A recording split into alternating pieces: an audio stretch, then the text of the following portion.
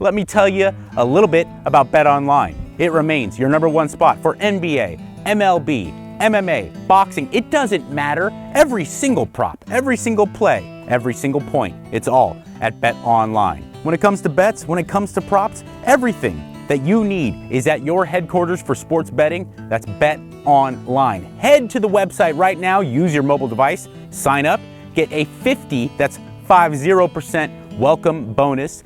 Don't forget to use the promo code BLEAV, that's Believe, to get yourself a 50% welcome bonus. Come on, there's no need to hesitate. Bet Online, where the game starts. All right, let's get down to business. An active lifestyle can cause hemorrhoids. That sucks. Lucky for you, they're south of the border. South of the border is a holistic approach to dealing with the affected area. Go to southoftheborder.com, use code AHOLE, AHOLE, get yourself 30% off. That's pretty rad. And this is not an area of your body you want to put bad ingredients in. Make sure you turn to South of the Border. Southoftheborder.com, code AHOLE. I hope you're ready to have your mind blown with the greatest health and fitness information on the planet. Yes, bitch!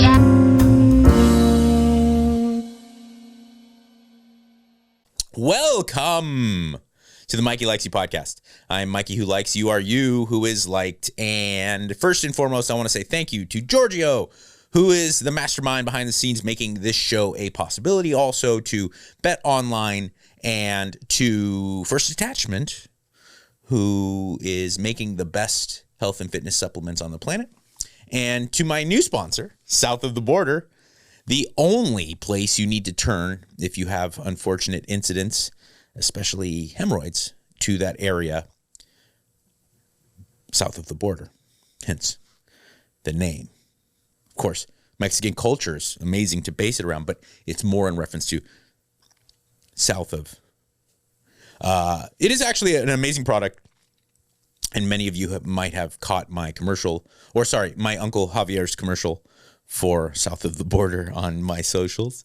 But I'm very, very happy to be involved with them because the company, and as far as like the scientists that make the cream itself, they're very concerned with holistic health. And you're talking about like the most sensitive tissue on your body and most absorbent tissue on your body for a woman parts. And then of course you're behind. So they're making sure that all the ingredients are things that you should feel comfortable and happy to place in that absorbent area. And then on top of that, they have like really fun, cool marketing that they don't take themselves too seriously, which I always think is a big plus in any marketing or entertainment endeavor. And the stuff works. Here's something that I wanted to point out, not to do an extended, exaggerated commercial, but people who lift heavy things, if you're putting pressure on your trunk, that is one of the main reasons why people develop hemorrhoids. So there is some synergy and tie-in. I didn't just randomly, take a paycheck to do a funny commercial. Hemorrhoids are a huge problem for people who are consistently putting a lot of pressure to the center of their gravity. So people who are lifting heavy weights consistently is one of the demographics that's going to be affected by that. And if you seem to be affected by that, South of the Border is the best stuff to take care of that. All right, let's move on to the show. So I put up a post on my Patreon, another shameless plug. But I put up a post on my Patreon and did a bonus pod. So if you're interested in the bonus pod, all tiers have access to my bonus pod, which I'm going to start doing more frequently, which just gets into more detail about the things that I talk about on the Mikey Likes You podcast, or just wax poetic about crap that I noticed in my life. Recently did a post about FOMO. It has nothing necessarily to do with fitness, but I got to thinking about FOMO and how it isn't necessarily a bad thing. And also, we've always had it as humans. I think it's very natural. But anyway, I did a post and I did a bonus pod discussing the idea of cardiovascular training because I get so many people who are very curious as to why I seem to be anti-cardio. And let me just get that out of the way first. I'm by no means anti-cardio, especially for people who are athletes in any type of taxing anaerobic and aerobic sport, combat sports, any combat sport, football, hockey, rugby, basketball, soccer, fill in the blank. You know what I'm talking about. Conditioning and cardio and respiratory and cardiovascular conditioning is paramount. It's probably more important than any other form of exercise and movement than your skill work. That's always going to be learning how to play football better is always going to be more important than anything than strength or speed, or learning how to wrestle is more important than anything. But very close second, especially in the combat sports, is your conditioning. You can be world record holder, power lifter level strength. If you gas out, all bets, the fight is over. Chael Sonnen said something very interesting. And Chael, for newer fans to MMA, I don't know if people realize, because his personality is so huge and he's so funny and eloquent, I think people look at him as more of a personality than a fighter. But people forget, if you've been around, you know your MMA. Chael Sonnen was a dominant wrestling-based fighter, like a dominant fighter. He was in 3 world title fights, wasn't he? And the one he lost in the last, I don't know, it's certainly the end of the final round against Anderson. We got triangle. Was he didn't beat Anderson. He didn't technically win, because Anderson, like a champion does, figured out a way to win the fight. But he beat the shit out of Anderson. He dominated him. Took him down easily. He didn't just kind of get the edge. He fucking destroyed Anderson Silva.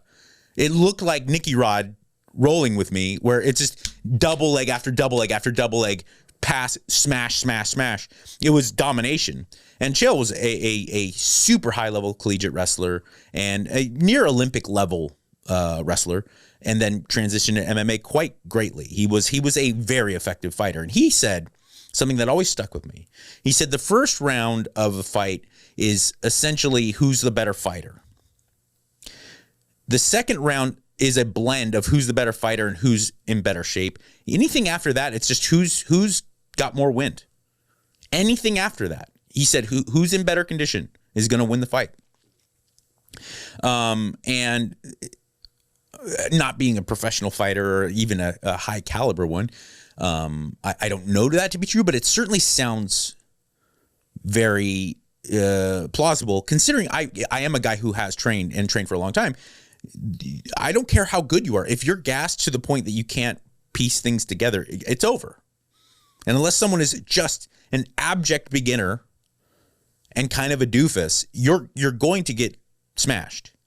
So cardiovascular training is something, interval training, pushing your anaerobic and aerobic threshold. It's got to be done, and I always program that in great detail for someone who is looking to compete in any sport that I might have mentioned. But when we're talking about looking good naked, diet, specific diet, and adherence to said diet and resistance training are crucial. It's not open for debate. It has to be done. Cardiovascular training doesn't. It absolutely does not. When we're talking about longevity and internal health, what you guys and gals typically know of as cardiovascular training is not at all really that important. Lots of low-level movement is keeping your heart rate slightly elevated and doing it lots and lots of times is great for your heart health. But what people think of when they're talking about, like, I went and I crushed it, I got sweaty, I got on the rower, I went and ran 7-minute miles for 5 miles today, and I'm just covered in sweat. There's a lot more that can happen that will actually detract from your goals than will help you get closer to them. When we're talking about what people traditionally know as cardiovascular training. So that being said, I always try to open people's eyes, especially when I get either a new client or someone who comes to talk to me and they're like, all I want to do, I want to look awesome this summer. Can you give me some help? I was like, yeah, let's go. What is your training? They're like, well, I run marathons every day. I go, okay, well, stop that. If you love it, we'll figure out a way to work it in and work around it, but it's not optimal.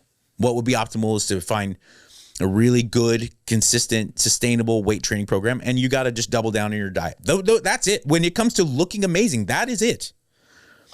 So I just wanted to discuss that in a little bit more detail.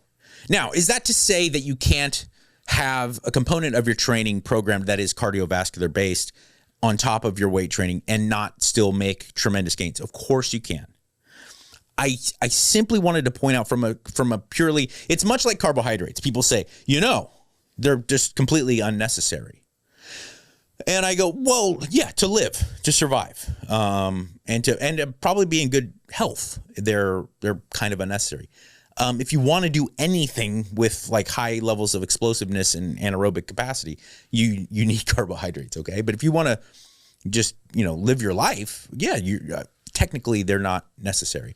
And the same is for cardio. If we want to go and do specific things, it is very important, but it's not technically necessary when we're discussing looking good naked, which is the main priority for most people who start to engage in physical fitness. And there's nothing wrong with that. People get ashamed of that and they like to make up ideas. Well, no, I want to live long. But no, most people, when they strap on those running shoes, when they go to the gym and they join the gym, they meet with the manager and they do the, you get one free session with this, and you sit down. You're in your mind. You're like, I'm tired of being fat, or I'm tired of being scrawny, or you're thinking about how can I look better, and that's okay. That's totally fine, because when it comes to health, longevity, what we look at as health, right? Having lower levels of body fat and adipose tissue is the most important thing you can do. Having a sizable amount of lean muscle mass and having lowered amounts of body fat is the best thing you can do for your when it comes to blood sugar, when it comes to blood pressure, when it comes to longevity, almost all things can be boiled down to all-form mortality. Is the person with a optimal level of body fat and lean muscle tissue is going to be healthy, and the person who has a distorted level of either is going to be not healthy. That's why you see like bodybuilders, bulk, perma bulk guy is living his life in the gym, maybe even really concerned with what he's eating or what she's eating. But a guy can't be 20% body fat and be healthy, and a woman can't be 25 plus and be healthy. It just, that's not what your hormones, your blood pressure, your all form cardiovascular health is completely detracted from. And when you see people lose weight, even if this is something that I hate kind of getting into, but I don't like to lie to people when it comes to them achieving their health goals. And the reality is if you eat in a well-targeted caloric deficit very consistently, and it's McDonald's and Pop-Tarts, you're going to lose weight and you're going to get in better shape. Your health is going to be way better. You could be a very obese person, very out of shape person if they measure your health markers. And if after 6 months you eat in a 350 calorie deficit, but it's all shit food, your health markers are going to increase dramatically. More so than they would if you were to eat really what we know as nutrient-dense healthy foods and eat in a caloric surplus. You would stay the same level of body fat. You would have the same kind of health problems. You would even see an increase. Okay. Now, is that to say go eat Pop-Tarts and McDonald's? No, it's not. Because I certainly know for me, and I'm pretty disciplined with eating, I can't have those foods and consistently eat in a deficit or at maintenance because they're too highly palatable. I can't just eat. If I eat one Pop-Tart, I'm having 4. Now, granted, I exert a lot of energy in the day, but this is not sustainable. I have a really hard time overeating chicken thigh and ground bison. I like it. I like it a lot, but it's really easy to kind of day to day take control of those things that I'm eating. Also, if you combine the two, if you're losing that body fat and you're eating nutrient dense, healthy foods, your health increases by health markers will be better. They'll be better. It's one of the craziest things I've seen. I have not had a sip of alcohol in 22 years. And up until 2 years ago, I would go get my blood work done, and my liver was just terrible. It had the liver values of like an active alcoholic, and my doctor would constantly be like, okay, you can be honest with me. I was like, dude, I'm in recovery. I have 0 drinks a week. He'd always be like, how many a week are we talking? And I go, I swear I don't drink. I don't know how else to put this.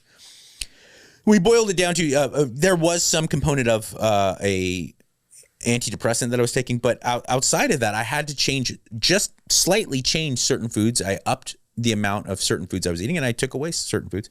My liver is now very, very healthy. My liver markers are fantastic. And I only point that out as it's a kind of a little bit of evidence as to, it's anecdotal, admittedly, but there is evidence to show that, yes, if you lose the weight, you will get all the health benefits, regardless if you're eating crap food. But if you lose the weight and you happen to really commit to eating nutrient-dense foods, there's also the added benefit there of function of internal organs, okay? So I got into the weeds about like, well, what do you do when it comes to cardio? And here's how you got to analyze it from what is chemically appropriate for the human system. And that is low-level, consistent, constant exercise. Movement is medicine. We, the Homo sapien, is a lot of things, and we're pretty amazing if you look at us in comparison to the animal kingdom. Of course, the cognitive aspect is what most people would immediately go to, and it is vast, the advantage we have over all the rest of the animal kingdom. But on top of that, we are not particularly strong. Even Hathor or Mark Bell named these incredibly strong people are nothing compared to a similarly sized chimpanzee. Or I can name 10 animals where we would get smashed when it comes to strength. Even Usain Bolt is nothing compared to a cheetah, numerous animals. As far as Michael Phelps in his prime is a very fast swimmer. A dolphin would walk away from him. My point being is that we are not gifted in these departments. One thing we are gifted in, even just an out of shape human, we're designed to go all day at a slow pace. We're really good at that in comparison to most mammals, bipedal mammals especially. We're way better than bears and gorillas and simian animals like that. And it's because we need it. And it's also absolutely the reason why we see a tremendous decline in hormonal health amongst men, a tremendous decline amongst fertility, amongst health of all markers amongst women compared to 40, 50, 60, 70 years ago. There's never been stronger people in the world than there is right now. And there's never been faster people than there is right now. There's never been people who could jump higher than the people who jump high right now. All the top tier, we're constantly advancing. But the average guy right now compared to the average man in 1935 is a pudgy little bitch. Okay, internally and externally. And that isn't because, the soy and because guys are betas and they have the different mind. I'm sure there's a component that men were very hard in the early part of the 20th century. But on top of that, the majority of it is that most overwhelming majority of people in generations past moved all day because they had to. That was life. There wasn't the convenience of a lot of the technology we have. And very, very, very few people had white collar jobs. Even the majority of women who did not work, being a homemaker involved a tremendous increase in movement day to day.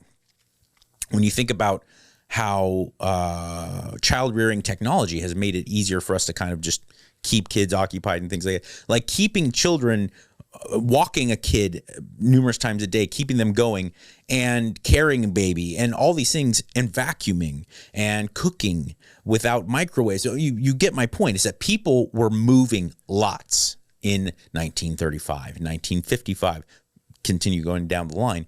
People nowadays, even healthy people, don't move as much just existing.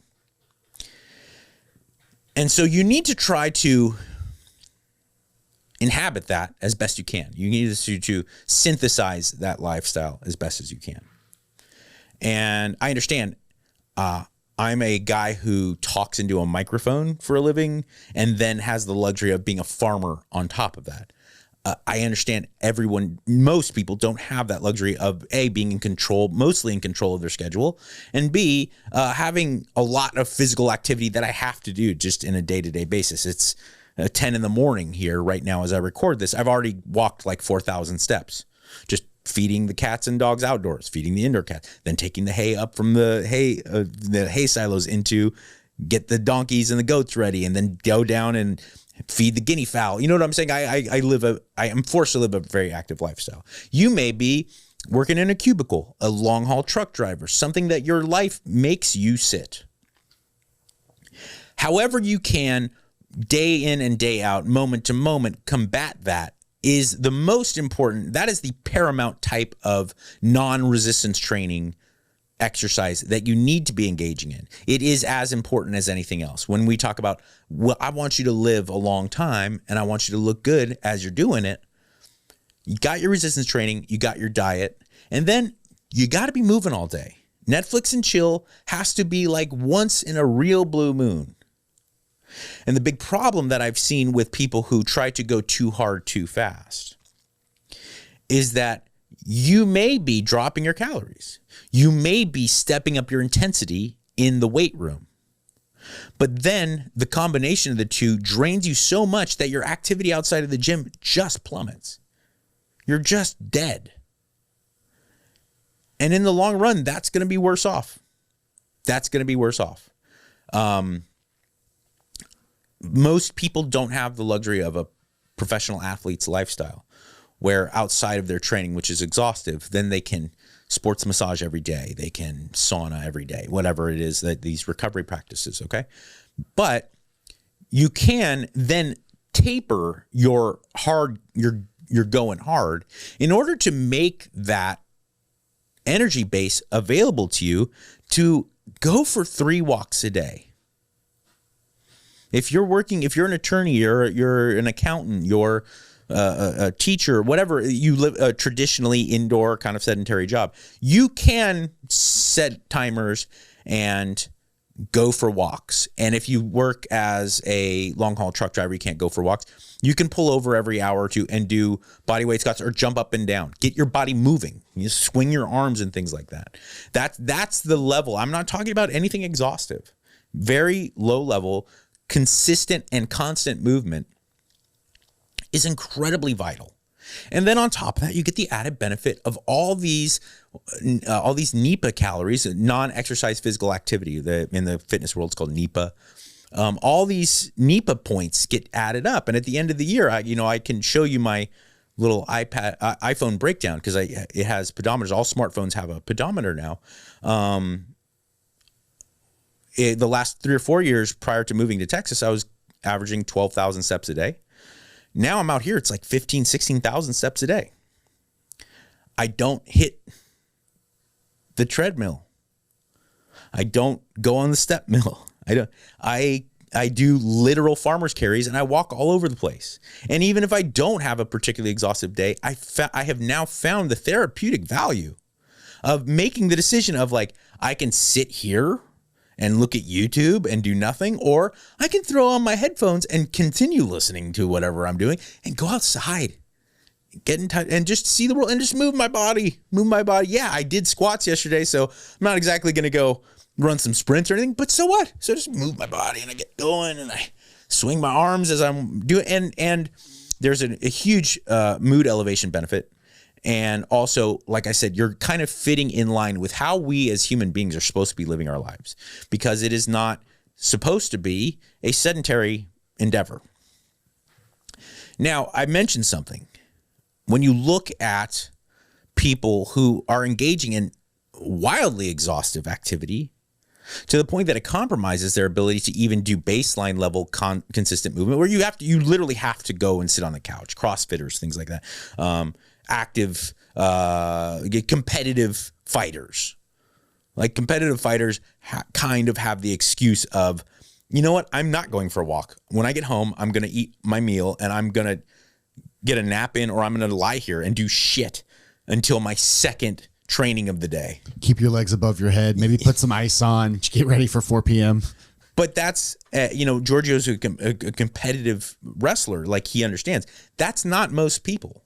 That's not even me. And I do jiu-jitsu 3-5 times a week, somewhere in that ballpark, on top of pretty exhaustive weight training. And I still have the ability to kind of pick myself up off that couch and just not veg out and let my kind of circulation get really stagnant. If you are not a competitive athlete in that regard, in that world, you shouldn't be training that hard. If you are a regular person, even an advanced, fit, regular person, if you're a regular guy and gal, 3 truly intense training sessions a week is about all you're getting. You can do more training, but 3 is going to be about the max of the good training, the effective, highly intense training. Yeah, there's no reason to simulate elite sports or elite combat. Like, you can do skill acquisition, you can get in shape, you can do all these things, but there's absolutely no reason to need to put yourself in those situations and those scenarios unless you do have the goals of being a professional athlete. It's just like, it's a very good point, and it's just like I talked about with a post I recently did on Patreon about diet. You have to have, your diet has to be commensurate to your goals and your lifestyle in both directions. If you're not a competitive athlete, you can't expect to live like a competitive athlete and have that work out for you. If you are just someone who is 30 pounds overweight and wants to get in better shape, and you don't have any real training history, you can't have the training program of, Ronnie Coleman in his prime. You can't even have the training program of me. I'm an old man. Adversely, if you put in the work that my grandma would put in to get in better shape, you can't expect to look like you're going to be on the cover of a magazine. Being on the cover of a magazine, okay, here, I'm a better example, because being on a cover of a magazine almost sounds surreal. It doesn't sound like a real thing. But I'm 10.5% body fat, okay, at 45. If I wanted to get to 8% body fat, I'd have to essentially devote my life to it. I can have my 45 minutes here to do my show. I can have the time with my wife and my daughter, the basics of living a meaningful life. But outside of that, I'm always thinking about weighing my food, putting it in there, taking it with me wherever I go, having the Tupperware ready, meal prepping a couple days a week for the whole rest of the week. No snack, not even a bite of hey, you got to taste this ice cream I just got, Papa, my daughter. And I was like, no, I can't have that taste. Okay. It's my whole life, my training, backing off on sets, going harder on sets, everything, every detail it's consuming. That's the level it would take. If you're 25% body fat and you want to get to 15, not only is it unnecessary to do what I would be doing, it's counterproductive, because that's not sustainable for someone with 25% body fat that doesn't have an extensive training history. Okay? So you have to have the activity, the deposit has to be commensurate to the expected return. And Giorgio points it out correctly. If you want to look better naked, then why are you doing George St. Pierre's 2008 conditioning routine? George St. Pierre's 2008 conditioning routine, so that he would never gas out in a 5-round fight, is not something George St. Pierre at age 26 would do. He does it once a year because he knows it is going to drain me. My system will not tolerate that on a long-term ability. Firas Zahabi is one of the people who has been at the forefront of preparing for and understanding that, look, you can't ride a horse with 2 asses. Firas didn't say that, I did. But actually, I believe Matt Vincent was my friend. Matt Vincent was the one who originally gave me that terminology. And what he means by that is if you want to be a bodybuilder, you're going to have to go into that higher volume, that higher rep range with heavy weights, and your fucking legs are going to be so sore you can hardly take a shit. Do you think you can go and do grappling practice in the morning and then practice your striking at night? No. If you're going to go and practice your grappling in the morning and striking at night, maybe work in strength and conditioning in between that, do you think you can be a championship level bodybuilder? No. So my point being is like your lifestyle, your choices you make when it comes to your training and your eating have to be on par with not only who you are as a person, it has to be realistic to who you are, but it has to be realistic and on par with where you want to go. Okay? And so my point being, knowing that the overwhelming majority of people out here watching or listening to this, that their main goal is just to look better in the mirror when they take their clothes off, or to peel off the shirt when it's a beach day and not feel poopy about it. I'm telling you, you don't need to be doing all these things, especially when it comes to your cardiovascular training. Engaging in lots of low-level movement on top of your very regimented, very scheduled resistance training is all you're going to need. And mostly when it comes to looking amazing, it's mostly diet anyway. Okay? So I'd hate to see people waste the energy, burn themselves out on something that I know is not helping them get closer to their goals. In fact, oftentimes it's getting them farther away. All right. So that is my show for today. I hope you like it. If you're interested in more hands-on help, my Patreon is available. My top tier gives you the ability to be trained by me, custom nutrition, custom training, and you have access to me with a email account that is designed just for you and my top tier clients. And then also the Patreon in general is, in my opinion, a wealth of information, or at least I try really hard to make it that, and it helps support the show so that we can keep going. Thank you to Giorgio. Thank you to Bet Online. Thank you to South of the Border. Thank you to First Detachment. And in this crazy mixed up world that makes you think that nobody cares, remember, I do. Be good.